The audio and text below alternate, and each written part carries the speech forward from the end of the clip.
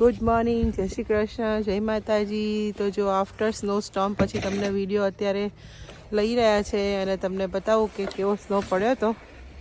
તો જો આવું છે હાલત અત્યારે. જો આ રાતનો 1:30 વાગ્યો છે અને હું અમારી વિન્ડોમાંથી છે ને બહારનો સ્નો પડતો હતો ને એનો વિડીયો મેં કેપ્ચર કર્યો છે. જો આટલી રાત્રે કેટલું અંધારું છે પણ આ સ્નો પડે ને ત્યારે એકદમ અજવાળું દેખાય. અને જો આ રાત્રે સ્ટાર્ટ થયો હતો ને જ્યારે સ્નો સ્ટોર્મ ત્યારનો વિડીયો છે. સવારનો તમે ચાલો જોઈ લો હવે. જો આ કેટલો બધો સ્નો પડ્યો છે. પહેલાં તમને ફટાફટ બતાવી દઉં પછી હું કૃણાલને હેલ્પ કરું છું. જો પણ આટલા બધા લેયર ગાડી પરથી તો જો કેટલો સ્નો કાઢે છે. આ મોક્ષા બી છે, આજે સ્કૂલે બહુ સ્નો હતો એટલે નથી ગઈ છોકરી. અને આજુબાજુ જો તમને બધું બતાવું પછી હું સ્નો સાફ કરવા હેલ્પ કરું છું કૃણાલને. જો આટલો બધો સ્નો પડ્યો છે, ઢગલા થઈ ગયા છે લિટરલી. જો આ ગાર્બેજ બિન ઉપર જો સ્નો રાત્રે જે સ્નો સ્ટોર્મ આવ્યું હતું એના પછી આટલો બધો સ્નો છે. તો આપણે હવે કૃણાલને હેલ્પ કરીએ અને આ બધો સ્નો રિમૂવ કરવામાં હું એને હેલ્પ કરું છું. કેટ પહેરીને આવું. જો આટલો બધો સ્નો છે. Look at my Moksha also helping us. જો પહેલાં હું બતાવી દઉં પછી અમારે સ્નાફ કર્યા પછી હું તમને બતાવીશ વિડીયો. જો પેલી ગાડી તો કેટલી હાઈ થઈ ગઈ છે.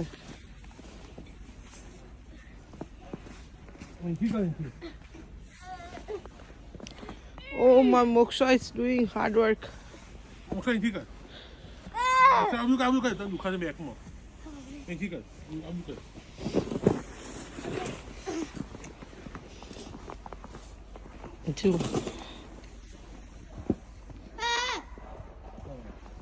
જોયું આજુબાજુ બધા બિચારા લાગી ગયા છે અત્યારે સ્નો સાફ કરવા માટે.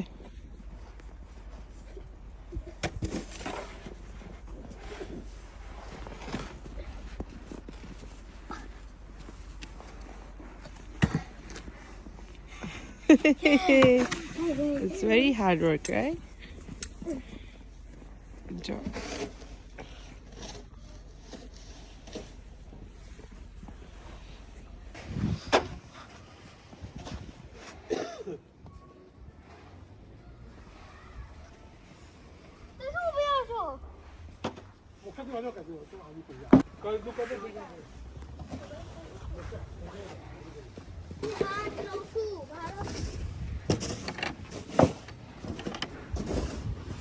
આખું ઘર આવું પડ્યું હતું ગાડી સાફ કરવા ને બહાર સ્નો સફા. જો આખું ઘર બહાર છે, બધા જલસા કરે છે.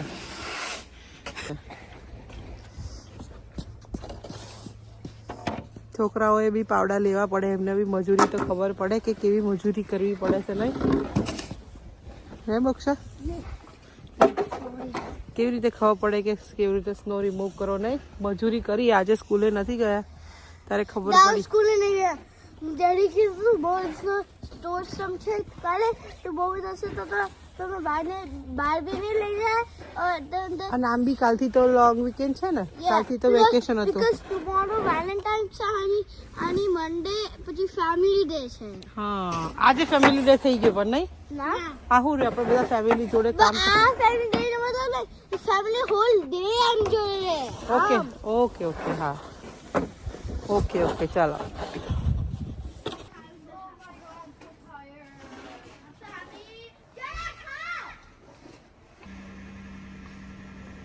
જો આ છોકરાઓ કઈ જઈને સ્નોતા છે. સ્નો પેન્ટ પહેર્યું નથી અને જો સ્નોમાં ગયા છે. અને જો કોઈ ફરક પડે છે? આપણને ઠંડી લાગે છે, એમને કોઈ ફરક પડતા નથી. જો આવી રીતે એ લોકો સ્નો રિમૂવ કરવા આવતા હોય છે.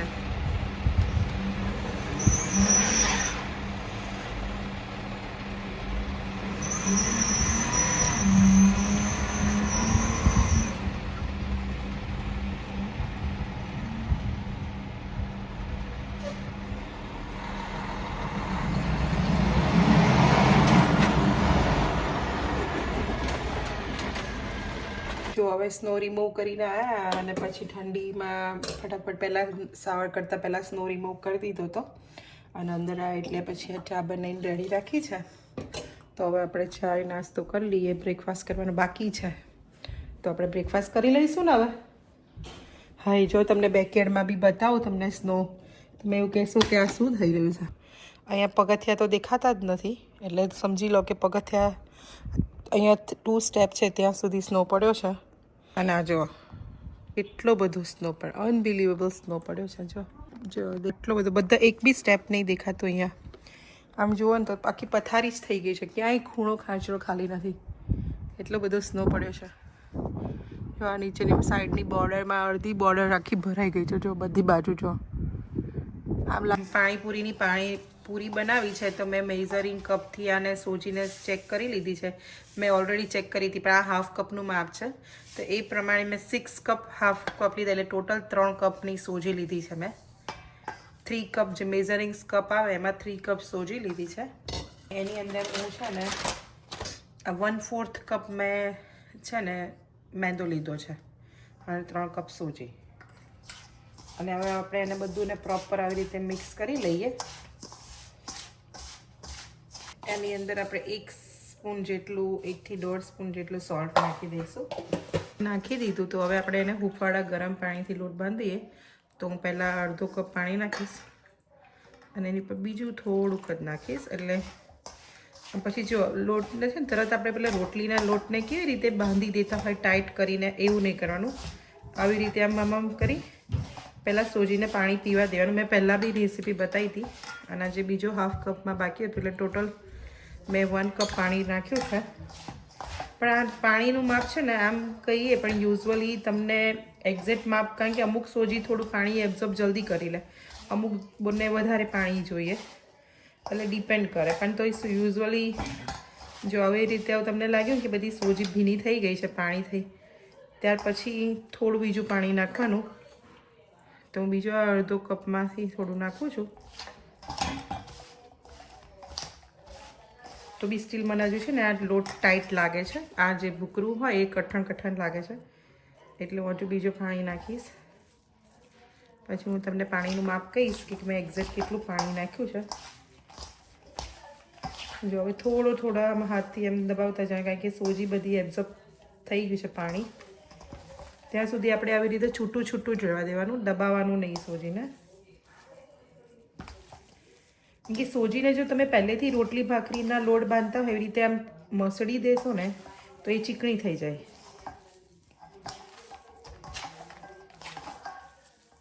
જો ઓલમોસ્ટ થઈ ગયું એવું લાગે છે, પણ સ્ટીલ હું બીજું 1 ઘૂંટડો પાણી, એટલે ટોટલ મારે 2 કપ પાણી કીધું. તો ડિપેન્ડ કરે કે તમે કયો લોટ યુઝ કરો છો અને બધું. મેં જે સોજી લીધી હતી એની અંદર છે ને 2 કપ પાણી ગયું છે. 2 કપમાં થોડુંક જ ઊંડું હશે, અને ટોટલ કપ મેઝરિંગ કપથી માપવા જઈએ તો 2 કપ પાણી. અને હવે જો તમે જેવી સોજી એબ્ઝોર્બ થઈ ગયું પાણી, એટલે હવે આપણે એને રોટલીની જેમ આવી રીતે, તો બી હલકા હાથે જ દબાવવાનું. આમ આપણે પેલું ભાર દઈ દઈને આમ મસળતા હોય ને એવું નહીં, એને જસ્ટ હલકા હાથે જ આમ ભેગું કરી લેવાનું.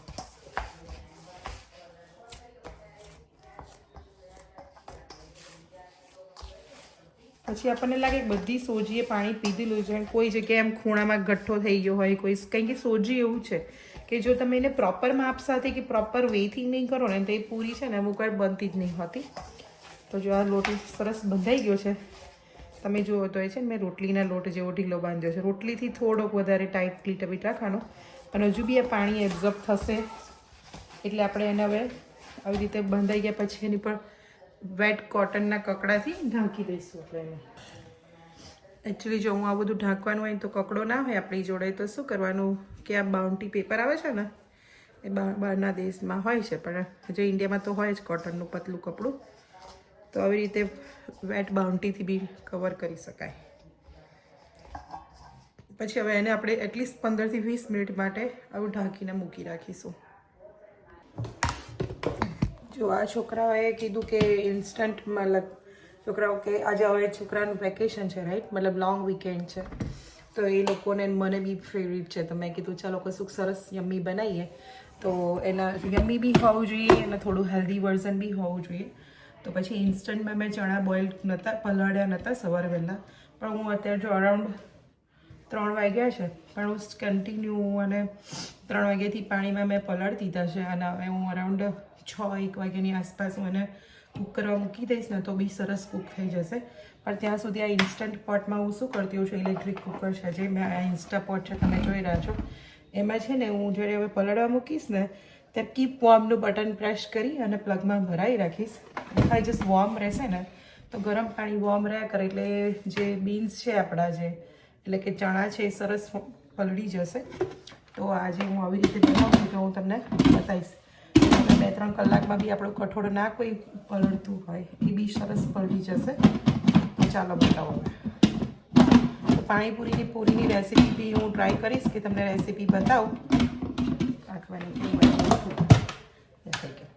તો હું ટ્રાય કરીશ કે આજે હું તમને પાણીપુરીની પૂરીનો બી રેસીપી બતાવું. તો ચાલો મળીએ આપણે પછી પૂરીની રેસીપી બતાવું. જો ઇન્સ્ટાપોટની અંદર છે ને હું આ કીપ વોર્મનું બટન આ છે પ્રેસ કરીને મૂકી રાખીશ. મેં આવી રીતે છે ને ગુલ્લાને આપણે રોલ ના કરવા પડે એટલે હું આવી રીતે નાઇફથી કટ કરી લેતી હોઉં છું. તમને હું શોર્ટમાં બતાવું પછી. જે મેં લોટ બાંધ્યો તો એમાંથી મેં છે ને નાના નાના આવા લોયા બનાવીતી જઈશ. આવા વેલણિયા કહેવાય, અમારા તો ગુજરાતીમાં અમે વેલણિયા કહેતા હોય, તમે શું કહેતા હોય મને નહીં ખબર. તો મેં આ પથ્થરને વોશ કરી દીધો છે આઈલેન્ડને, એટલે લૂટ પ્રોપર ક્લીન કરીને પછી હું એની પર કરું છું. પછી આવી રીતે મેં વેલણિયા બનાવી આમાં રોલ કરી દેવાના આમાં, અને પછી આ બનાવી અને આમ જસ્ટ નાઇફથી કટ કરી લેવાના.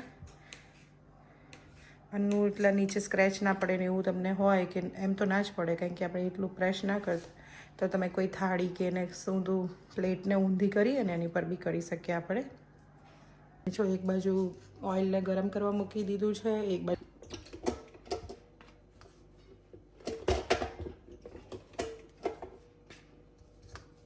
જો કશું જ આમાં કરવાનું નહીં હોતું, આવું રીતે સરસ પ્રેસ કરી દેવાની હોય છે.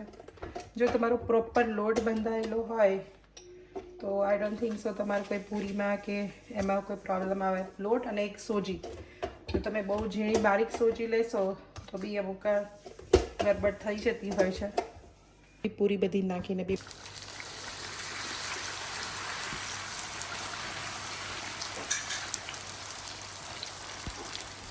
બધી સરસ પૂરી ફૂલીને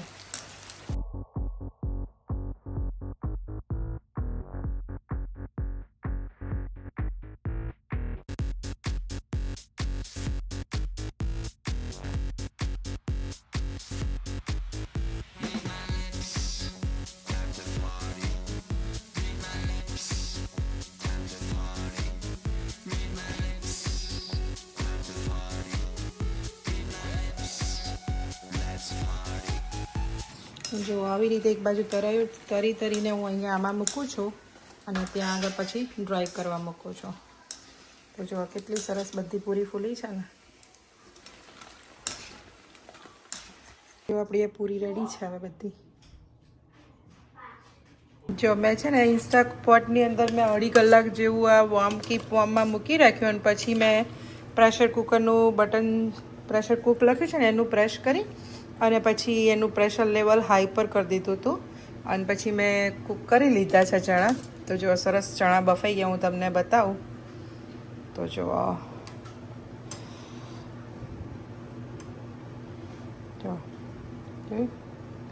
કેટલા સરસ ચણા બફાઈ ગયા. 2.5 કલાકની અંદર તો સરસ ચણા બફાઈ ગયા. તો તમે આવી રીતે એને બાફી શકો. મીડિયમ સાઇઝના પટેટો લઈ અને એને મેં 3 વિસલ પ્રેશર કુકરમાં કરી અને એને બોઇલ કરી દીધા છે સોલ્ટ નાખીને. તો એનો વિડીયો લેવાનું ભૂલી ગઈ હતી, પણ કુકરમાં બોઇલ કરી અને તમે રેગ્યુલર જે રીતે આપણે પટેટોસ બોઇલ કરતા હોય એ રીતે જ બોઇલ કરી દેવાનું. તો જો આપણા રેડી છે આ પટેટો બોઇલ કરેલા. અને આ મસાલા માટે છે ને હું ચટણી ઘરે જ બનાવતી. મેં છે ને લાલ સૂકા મરચાંને પલાળી દીધા હતા પાણીમાં અને એને ખાલી આવી રીતે પાણી નાખીને ક્રશ કરી દઉં છું, પેસ્ટ બનાવી દઉં છું એની. તો જો મેં પટેટોઝ ને ચણા મિક્સ કર્યા, પછી આ જે રેડ ચટણી મરચાંની નાખી અને થોડો ગરમ મસાલો અને બ્લેક સોલ્ટ રાખું છું. તો એ બ્લેક સોલ્ટ એટલે કે સંચળ. અને બીજો એક મસાલો અમે છે ને ઇન્ડિયામાં મળે છે આ જીરો કાળો મસાલો ગુજરાતમાં, એટલે ત્યાંથી હું આ લાવી હતી, અમદાવાદમાં મળે છે. અને જો આવી રીતે બસ હવે હું આ મસાલાને મિક્સ કરી લઈશ બધું. અને હવે આપણે મિક્સ કરી લઈશું બધું પ્રોપર. જો અમારી રેડી છે આ પાણીપુરી, હોમમેડ પૂરી, આ મસાલો અને મોરો મસાલો પર મોક્ષા, અને આ તીખું પાણી, આ ફુદીનો, ધાણા અને આદુ, મરચાં અને લીંબુના ફૂલ અને સંચળથી બનાવી છે. હું એની બી રેસીપી એકવાર સ્ટેપ બાય સ્ટેપ મૂકીશ. અને મોક્ષાની ગળી ચટણી. તો ચલો મમ્મી જાય છે ઉપર, મારે કામ છે એટલે, અને તમે લોકો ડેડી બધા સાથે જમી લો. Okay, take a video. Okay for mummy. Okay ચાલો. જો મમ્મી મોટા મોક્ષા મમ્મી માટે એક પૂરી ભરજે, મમ્મી ફટાફટ ખાઈને જાય. બસ ઇનફ ઇનફ.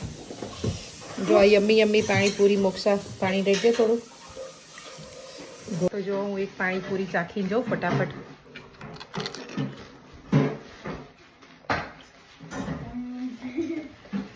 એકદમ અફલાતુન બની છે. અપ્રતિમ. અફલાતુન. That's my dialogue. That's very good. એ પાણીપુરી બની છે. મસ્ત. મસ્ત બની અને માવો ખાજે. હે એટલું પાણી પૂરી નહીં ખાવાની. મોક્ષા તે ટ્રાય નહીં કરી બકા? કેમ? હે હા તો મમ્મી હારી પાણીપુરી. મમ્મી ડુંગળી ખાય જો. સારી દેખો.